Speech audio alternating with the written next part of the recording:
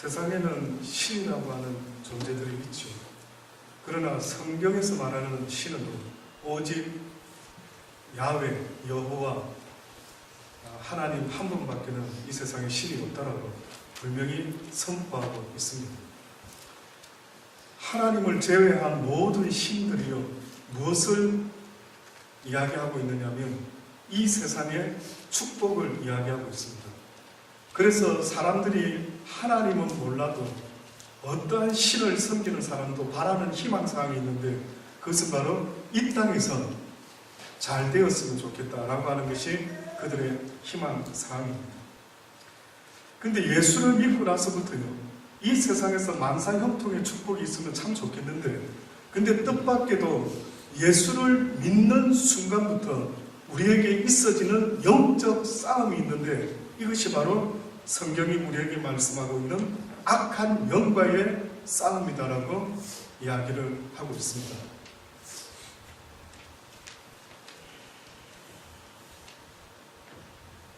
주중에 어떤 분가요? 이런 이야기를 나눴습니다. 그분이 이스라엘을 다녀왔다더라고요. 이스라엘의 광야를 가보게 되었는데, 광야가 얼마나 더운지 40도가 넘었답니다. 그때 갔을 때에. 그래서 방금 차 안에서 물을 마시고 이렇게 나왔는데 한 10분만 있으면요, 다시 목이 말라가지고 차 안에서 물을 다시 가지고 와야 되는, 그 정도로 이스라엘의 광야가 그렇게 뜨거울 줄 몰랐답니다. 그래서 어떤 분이 아마 광야에 대한, 성경에 말하는 이스라엘 백성들의 그 광야의 삶에 대한 그 의미를요, 아마 설명해 주려고 광야를 설명하는데, 뭐라고 광야를 설명했느냐면 광야는 고난의 장소다, 이렇게 이야기를 했답니다. 광야는 고난이라는 상징적인 장소다라고 이야기하는 겁니다. 뜻밖에도 이스라엘 백성들이 그 노예 생활을 하고 이제 모세를 통해서 출애굽해서 이제는 종이 아니라 이제는 자유인이 되어서 하나님을 마음껏 섬기기 위한 가나안 땅으로 향해 나가는 그 여정에서요, 그 노정에서 이 광야의 삶이 고난의 삶이다라고 그렇게 이야기를 들었던 겁니다. 그래서 그분이 그 광야라는 의미를 다시 한번 실감하면서요, 만약에 우리의 자녀들을 데리고 이 광야에서 하루만 살아라 라고 하더라도요, 목마름과 그 때앞의 뜨거움 속에서 과연 이스라엘 백성만이 이렇게 하나님께 불평하고 불만하는 일이 아니라 자신도 역시 동일하게 하나님 앞에 불평불만할 수 있겠다라고 하는 그런 이야기를 하는 겁니다. 그래서 제가 그분과 이야기를 나누면서요, 어떤 이야기가 떠올랐느냐 하면 이런 이야기가 떠올랐습니다.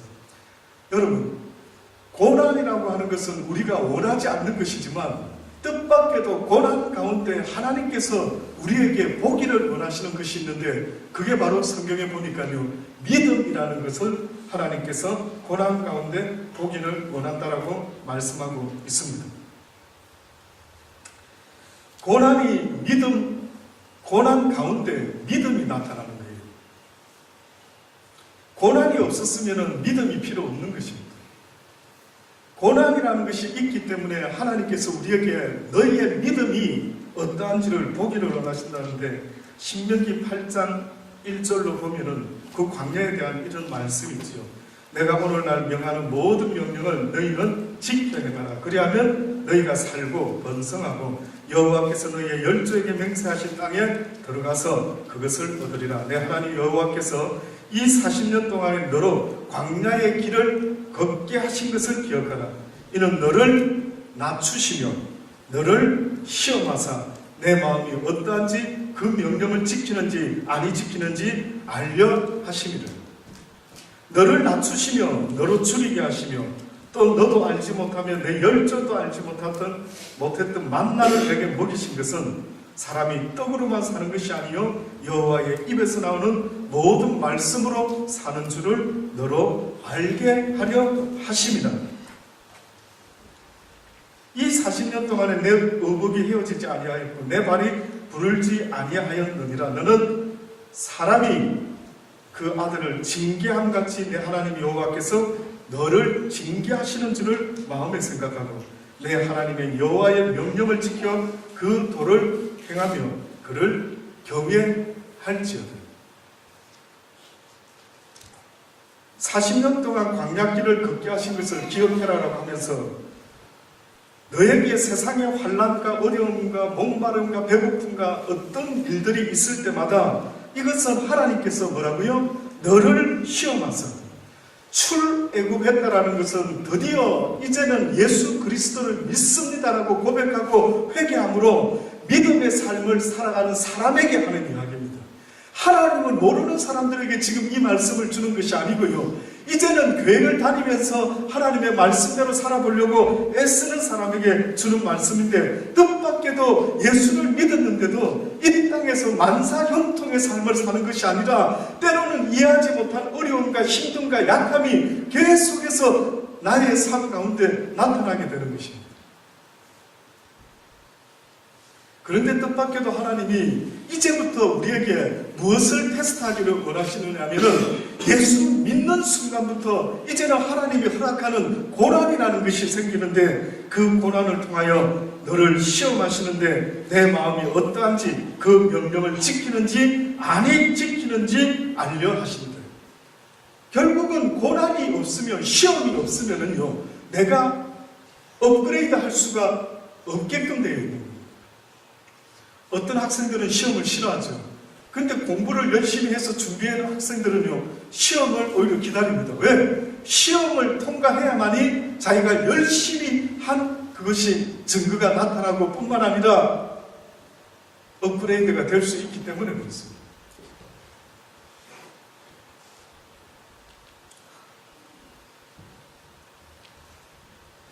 너를 낮추시며 너를 줄이게 하시고 또 너도 알지 못하며 내 열조도 알지 못했던 만나를 내게 먹이신 것은 사람이 떡으로만 사는 것이 아니라 여호와의 입에서 나오는 모든 말씀으로 사는 것이다.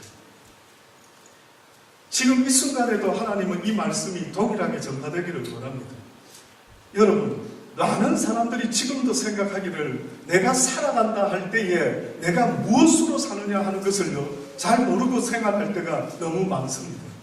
여러분, 지금 오늘도 이번 주도 여러분이 살아오셨는데 무엇으로 살았느냐라고 하나님 물어보시는 거예요. 밥심으로 사셨습니까? 무엇으로 살았죠? 그리고 무엇 때문에 살았고 무엇을 기준으로 살았는가 하는 것을요 스스로 한번 돌아보십시오. 살았지 않습니까? 이번 한 주간도 살았지 않습니까? 그런데 하나님이 네가 무엇으로 살았느냐라고 물어보시는 겁니다.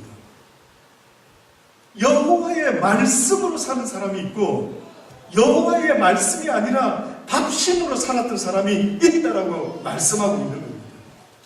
또다시 말하면은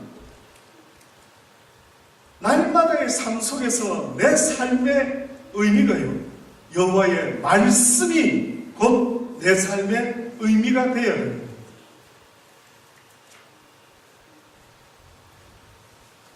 그래서 사도 바울이 이런 이야기를 하는 것입니다. 우리가 이 보배를, 이 말씀을, 이 떡을, 이 생명을 이 질그릇 같은 우리의 몸에 가졌으니 이는 능력의 힘이 큰 것이 하나님께 있고 우리에게 있지 아니함을 알게 하려 합니다.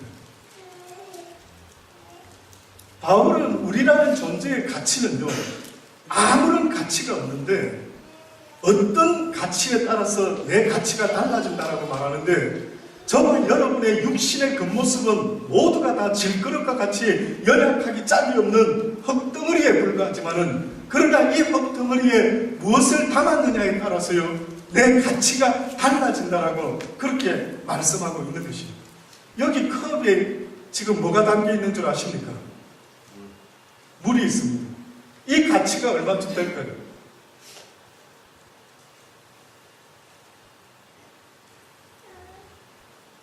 물 하나에 뭐 한 3불, 그죠? 한 3불나치도 안 되겠죠? 뭐 한 1불 정도 가치가 될까요? 근데 여기에 만약에 콜라가 이만큼 담겼다. 그럼 가치가 어떻게 될까요? 조금은 더 올라갈 수도 있겠죠. 만약에 이 컵에 다이아몬드가 하나 들어가 앉아 있는 거예요. 그러게 되면 이 컵의 가치가 완전히 달라지죠. 지금도 하나님께서 우리에게 말씀하시는 것은요, 너희의 인생들의 삶의 가치라고 하는 것은 저 인간이 질이 높고 저 인간이 참 가치가 있다라고 하는 그 가치의 기준을 하나님이 말씀하시는데, 지금 바울은 우리에게 이렇게 말하고 있는 것입니다. 내가 엄청난 보화를 이 질그릇에 가졌다라고. 사랑하는 여러분, 하나님의 말씀을 가슴에 품고 살아갈 수 있는 저와 여러분이 되기를 주의 이름으로 축원합니다.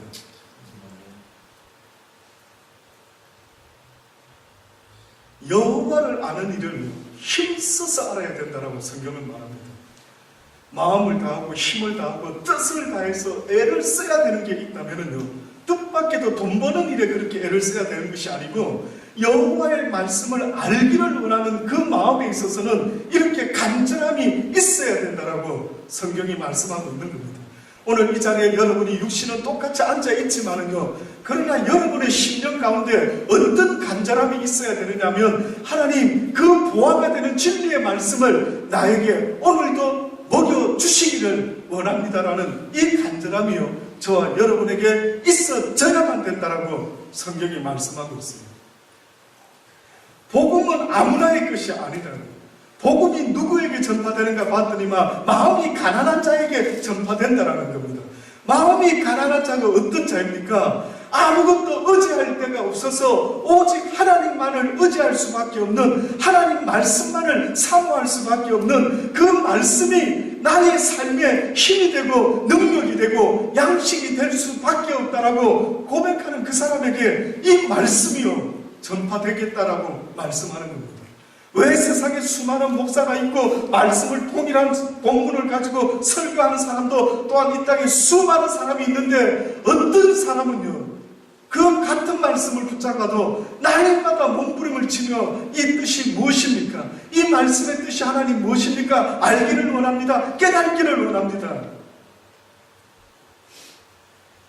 심지어 성경은 표현하기를 뭐라고까지 표현하냐면은, 너희가 하나님의 말씀의 진리를 깨닫는 그 자세가 꼭 진주조개를 캐는 것과 같은 그 자세가 있어져야 된다라고 그렇게 말씀하고 있어요.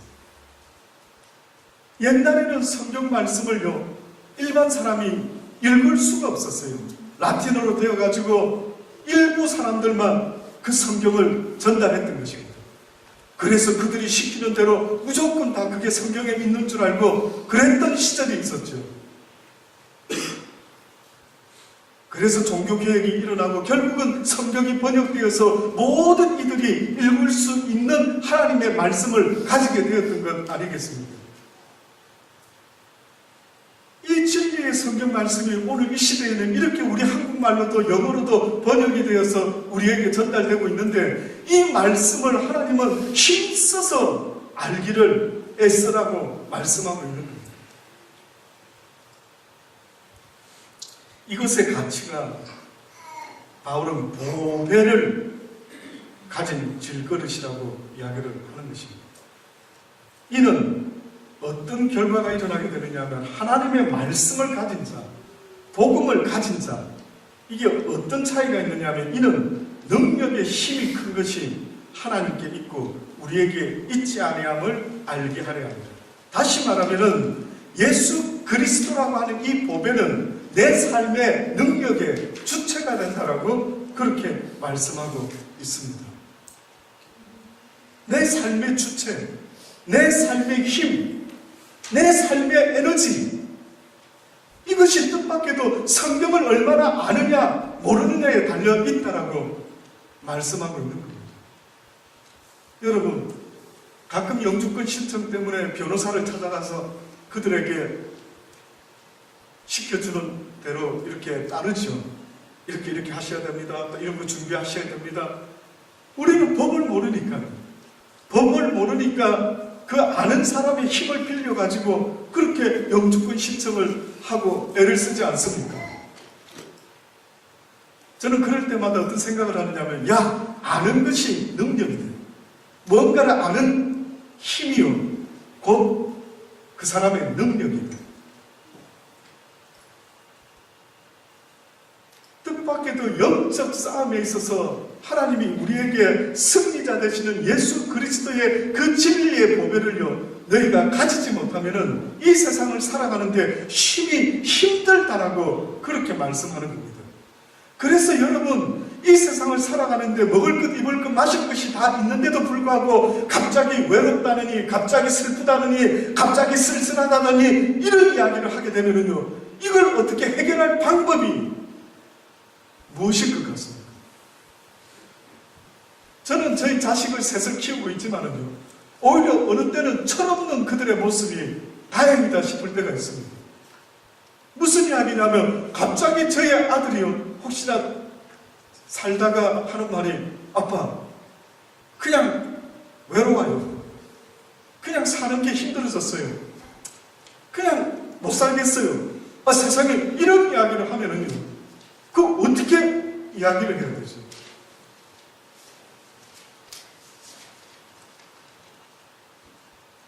그래서 하나님의 말씀이라는 것은 이처럼 얼마나 중요한 힘과 능력이, 의미가 있는지 모릅니다. 많은 선진국가의 젊은이들이 왜 사는지를 몰랐어요. 어느 순간에 막 자살하는 일들이 얼마나 많은지 아시지 않습니까? 그들이 하나님의 진리의 말씀을 배웠다고 한다면요, 결단코 그런 일이 없을 텐데. 그래서 바울은 이렇게 말하고 있는 것입니다. 모든 능력의 힘이 큰 것이 나에게 있는 것이 아니라 바로 우리 하나님께 있다. 이것은 곧 우리가 사방으로 우겨쌈을 당하여도 쌓이지 아니하고 답답한 일을 당하여도 낙심하지 아니한다. 핍박을 받아도 버림받지 아니하고 거꾸리트림을 당하여도 망하지 아니한다. 진리의 말씀을 가진 자들은 아무리 세상의 악한 사단마귀 권세가 내 인생을 그저 힘들게 만들려고 다가올지라도 그 모든 것을 이길 수 있는 힘과 능력은 오직 하나님의 말씀을 가진 자만이 이길 수가 있다라고 말하는 겁니다. 중요하지 않습니까? 놀랍지 않습니까? 저와 여러분도요, 이렇게 하나님의 말씀을 배우고 묵상할 수 있는 이때에 저장을 해놔야 되는 거예요. 주의 말씀을 저장해서 어느 어렵고 힘든 일이 있을 때 꺼내서 쓸 수가 있어야 되는 것입니다. 혹시 배를 만드는 것을 여러분 본 적이 있으십니까? 배가 바다에서 이렇게 풍랑이 와도 잘 뒤집어지지 않고 중심을 잡고 있죠. 혹시 뭐 때문인지 아십니까?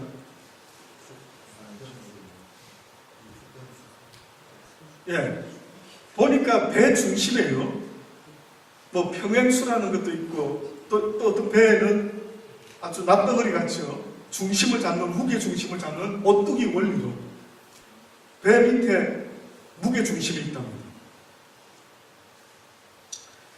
그 무게 중심이 뭐 그래 필요할까? 보통 좋은 날씨에 항해할 때는 전혀 그것이 왜 필요한지 잘 모른답니다. 그런데 풍랑이 일어날 때에 어떤 배가 잘 만들어져 있는 배인가를 그때서야 비록 알 수 있는데, 그게 바로 그 배의 무게 중심이 얼마나 잘 잡혀져 있는 배인가에 따라서요, 이 배가 잘 만들어진 배인지 아닌지를 알 수가 있게 된다는 거예요. 사랑하는 여러분, 이 세상을 살아보다 보면은요, 예상 못했던 힘든 일들이 얼마나 많이 있는지 모릅니다. 뿐만 아니라 성경은 애매히 고난당하는 일들도 있다라고 말하죠.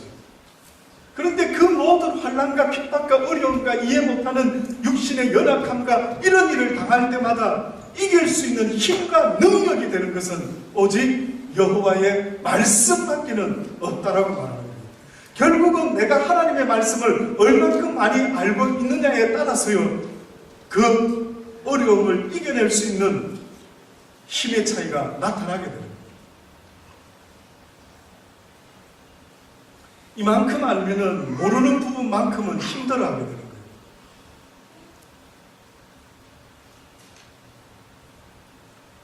그래서 바울이 아무리 내가 영적 싸움을 할지라도 하나님의 이 보배로운 말씀을 가슴에 품게 되면은 어떤 일이 있어도 결단코 넘어지지 않는다라고 이야기를 합니다. 그러면서 11절에 보면 오늘 본문에요. 우리 산자가 항상 예수를 위하여 죽음에 넘기움은 예수의 생명이 또한 우리 죽을 육체에 나타나게 하려 합니다. 이게 바로 그 논리입니다. 믿음이라는 것이 나타나기 위해서는 광야라고 하는 그 고난의 장소가 있어야만이 그의 믿음이 어떠한지를 하나님이 알 수 있다라고 말한 것처럼요. 또 하나님이 우리 산자가 항상 예수를 위하여 죽음에 넘기는 것은, 다시 말하면은 예수 믿는 삶에 있어서 날마다 십자가를 지게 되는 것은 예수의 생명이 또한 우리 죽을 육체에 나타나게 하려 합니다. 예수님의 생명이 내 삶 가운데 이렇게 나타나기를 원한다면은 내가 날마다 십자가를 져야 된다. 예수님이 나를 통해 부활하시는 경험을 날마다 하고 싶으면 날마다 내가 죽어줘야 된다라고 그렇게 지금 말씀하고 있는 거예요.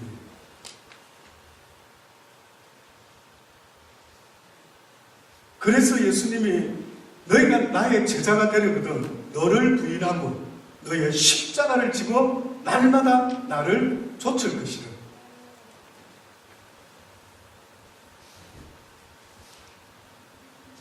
날마다 죽는다라는 것은 여러분의 육적인 소욕을 쫓아서 살아가는 삶이 아니라 날마다 육적인 삶을 쳐서 복종시킴으로요 세상에 대하여 죽는 것을 의미하는 것입니다.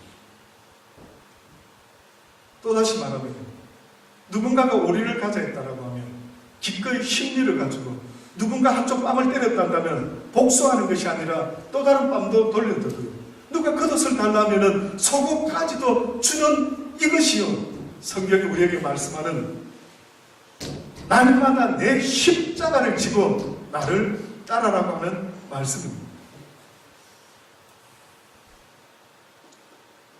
그런즉 그렇게 사는 즉 사망은 우리 안에서 역사하고 생명은 너희 안에서 하느니라. 결국은 생명이 생명을 구원하게 되는데 생명이 생명을 만들어내고 잉태하게 되는데 그 생명을 만들기 위해서 누군가는요 기꺼이 사망 가운데 역사를 한다라고 말씀하고 있는 겁니다.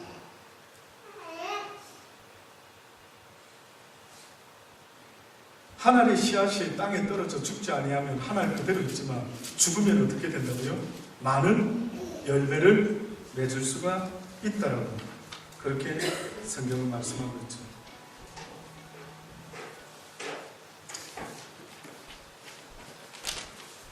그래서 이 고난이라는 것이 좋아 보이지 않을 수 있겠지만 그러나 마냥 그렇지만은 않는 것입니다. 그리스도의 생명은요 바로 이 고난에서 시작된다라고 말할 수가 있기 때문에 그렇습니다. 옛날에 로마 황제가 그 그리스도인들이 자꾸만 숫자가 늘어나는 것을 보고 굉장한 위협을 느꼈던 때가 있었다고 합니다.